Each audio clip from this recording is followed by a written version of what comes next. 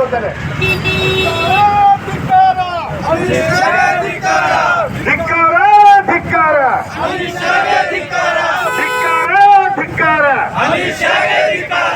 Doctor BR Ambedkar ಅವರಿಗೆ ಅವಮಾನಿಸಿದ ಅಮಿತ್ ಶಾ ಅವರಿಗೆ, ಸಂವಿಧಾನ ಶಿಲ್ಪಿ BR ಅಂಬೇಡ್ಕರ್ ಅವರಿಗೆ ಅವಮಾನಿಸಿದ ಅಮಿತ್ ಶಾ ಅವರಿಗೆ ಧಿಕ್ಕಾರ ಧಿಕ್ಕಾರ.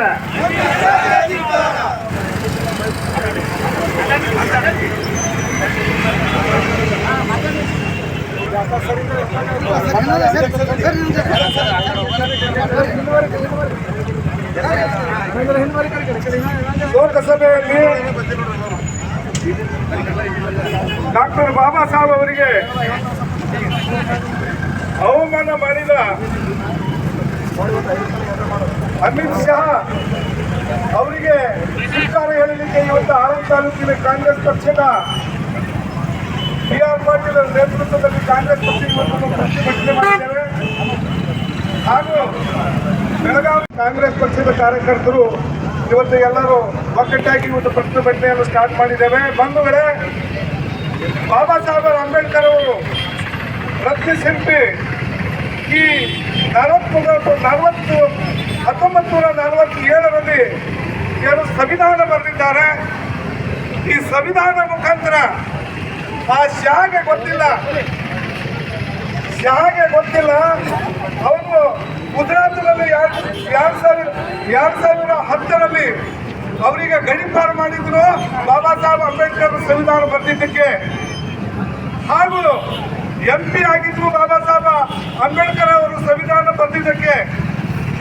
ಹಾಗೂ ಈಗ ಈ ದೇಶದ ಗೃಹ ಮಂತ್ರಿ ಆದರೂ ಕೂಡ ಬಾಬಾ ಸಾಹೇಬ್ ಅಂಬೇಡ್ಕರ್ ಸಂವಿಧಾನ ಬರೆದಿದ್ದಂತೆ ಇವತ್ತು ಗೃಹ ಮಂತ್ರಿ ಆಗಿದ್ದಾರೆ. ಇಂಥ ಎಲ್ಲ ಗಣ್ಯ ವ್ಯಕ್ತಿ ಬಾಬಾ ಸಾಹೇಬ್ ಅಂಬೇಡ್ಕರ್ ಅವರ ಬಗ್ಗೆ ಈ ಹಿಂದಿಯಲ್ಲಿ ಇಂಥ ಘಟನೆ ಹೇಳಿದ್ದಾರೆ. ಅದಕ್ಕೆ ಬಹಳ ಈ ನಮ್ಮ ಕಾಂಗ್ರೆಸ್ ಪಕ್ಷ ಹಾಗೂ ಎಲ್ಲ ಜನತೆಗೆ ಬಹಳ ದುಃಖದ ಸಂಗತಿ. ಈ ಎಂಥ ಹೇಳಿಕೆಗಳನ್ನು ಇಂಥ ದೊಡ್ಡ ಜನರು ಈ ದೊಡ್ಡ ಸಂಕೇತವನ್ನು ಕೊಡ್ತಾರಂದ್ರೆ ಸಣ್ಣ ಜನರಿಗೆ ಎಷ್ಟು ದುಃಖ ಆಗ್ತದೆ ಅಂತ ಅವರಿಗೆ ತಿಳ್ಕೋಬೇಕು. ಬಾಬಾ ಸಾಹೇಬ್ ಅಂಬೇಡ್ಕರ್ ಅವರು ಸಂವಿಧಾನ ಬರೆದಾಗ ಈ ಎಲ್ಲ ಸರ್ಕಾರವನ್ನು ಸುರಕ್ಷಿತವಾಗಿ ನಡೆದಿದೆ. ಇವರು ಎಲೆಕ್ಷನ್ ಬಂದಾಗ BJP ಅವರು ಏನಂತಾರ, ಪೈಲೆ ಎಲೆಕ್ಷನ್ ಆದ 400 ಪಾರ್ ಅಂದವು. ನಂತರ ಮಹಾರಾಷ್ಟ್ರದ ಎಲೆಕ್ಷನ್ ಆಯ್ತು, ಆದಿತ್ಯನಾಥ್ ಏನಂತಾನ ಕಟಿಂಗ್ ಅಥವಾ ಬಟ್ಟಿಂಗ್.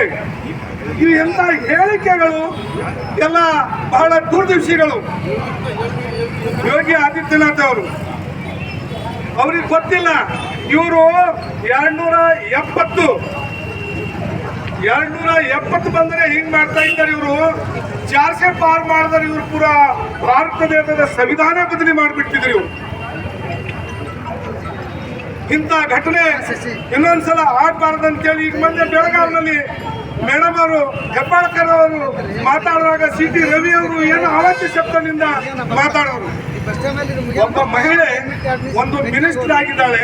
ಮಹಿಳೆಯರಿಗೆ ತಗೊಂಡು ಈ ಕರ್ನಾಟಕದಲ್ಲಿ ಎಲ್ಲ ಸಣ್ಣ ಮಕ್ಕಳು ಎಲ್ಲ ದೊಡ್ಡವರಿಗೆ ಇಂಥ ಆಹಾರ ಧಾನ್ಯಗಳು ಎಲ್ಲ ತಗೊಂಡಾಕಿ ಸಂಘಟ ಹೋದಾರ ಅಂತ ಮಹಿಳೆಗೆ ಹೆಬ್ಬಾಳ್ಕರ್ ಅವರಿಗೆ ಈ CT ರವಿ ಇಂಥ ಅವಾಚ್ಯ ಶಬ್ದಗಳಿಂದ ಮಾತಾಡಿ ಮತ್ತೆ ಅವರೇ ಗುದ್ದಾಟ ಮಾಡಿದ್ದಾರೆ.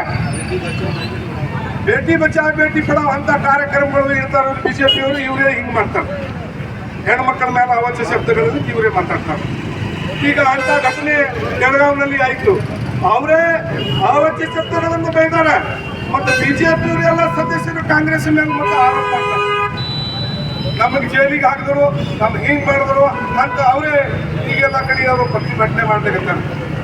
ಅದಕ್ಕೆ ಬಂಧುಗಳೇ, ತಾವು ಈ ನಮ್ಮ ಜನರು ಈ ದೇಶ ನಡಿಬೇಕಾದರೆ ಈ ಬಾಬಾ ಸಾಹೇಬ್ ಅಂಬೇಡ್ಕರ್ ಅವರು ಏನು ಸಂವಿಧಾನ ಬರೆದಿದ್ದಾರೆ ಆ ಸಂವಿಧಾನಕ್ಕೆ ನಾವು ತಕ್ಕಂತೆ ನಡಿಬೇಕು. ನೀವು ದೊಡ್ಡ ದೊಡ್ಡ ಹುದ್ದೆಗಳಲ್ಲಿ ನಿಂತು ಇಂಥ ಅವಾಚ್ಯ ಶಬ್ದಗಳನ್ನು ಹೇಳಿದಕ್ಕೆ ಅಮಿತ್ ಶಾ ಅವರೇ, ನೀವು ಇದು ನಿಮ್ಮ ತ್ಯಾಗವನ್ನು ಕೊಡಬೇಕೇ ಆಗ್ತದೆ. ನೀವು ಯಾವತ್ತನ ತ್ಯಾಗ ಕೊಡಂಗಿಲ್ಲ, ಅಲ್ಲಿ ತನಕ ನಿಮ್ಮ ದೇಶದ ಜನರು ಬಿಡಂಗಿಲ್ಲ. ನೀವು ಭಾಳ ಮೆರೆದಿರಿ.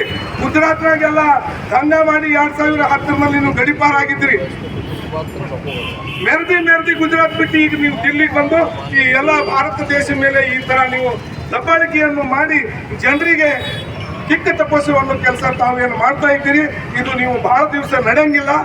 ಇದು ನೀವು ನಿಮ್ಮ ಗೃಹ ಮಂತ್ರಿ ಪದದಿಂದ ನೀವು ತ್ಯಾಗ ಮಾಡೋ ತನಕ ನಾವು ಈ ಕಾಂಗ್ರೆಸ್ ಪಕ್ಷದ ಮತ್ತು ದೇಶದ ಜನರು ಮತ್ತು ಹೆಣ್ಣು ಮಕ್ಕಳು ಎಲ್ಲರ ಗಣ್ಯರು ನಾವು ಕಲ್ತಿ ನಿಮಗೆ ತ್ಯಾಗ ಮಾಡೋದನ್ನ ಬಿಡೋಂಗಿಲ್ಲ ಅಂತ ಹೇಳಿ, ಹಾಗೂ ಈ ಬೆಳಗಾವಿಯಲ್ಲಿ ಏನು ಘಟನೆ ಆಗಿದೆ ಸಿಟಿ ರವಿ ಅವರಿಗೆ ತಕ್ಕಂತೆ ಪಾಠ ನಾವು ಕಲಿಸ್ತೇವೆ ಅಂತ ಹೇಳಿ ಕಾಂಗ್ರೆಸ್ದವರು ಇವತ್ತ ಈ ಆಂದೋಲನದಲ್ಲಿ ನಾವು ಈ ರೋಡಿನ ಮೇಲೆ ಪ್ರತಿಭಟನೆಯನ್ನು ಮಾಡಿದ್ದೇವೆ.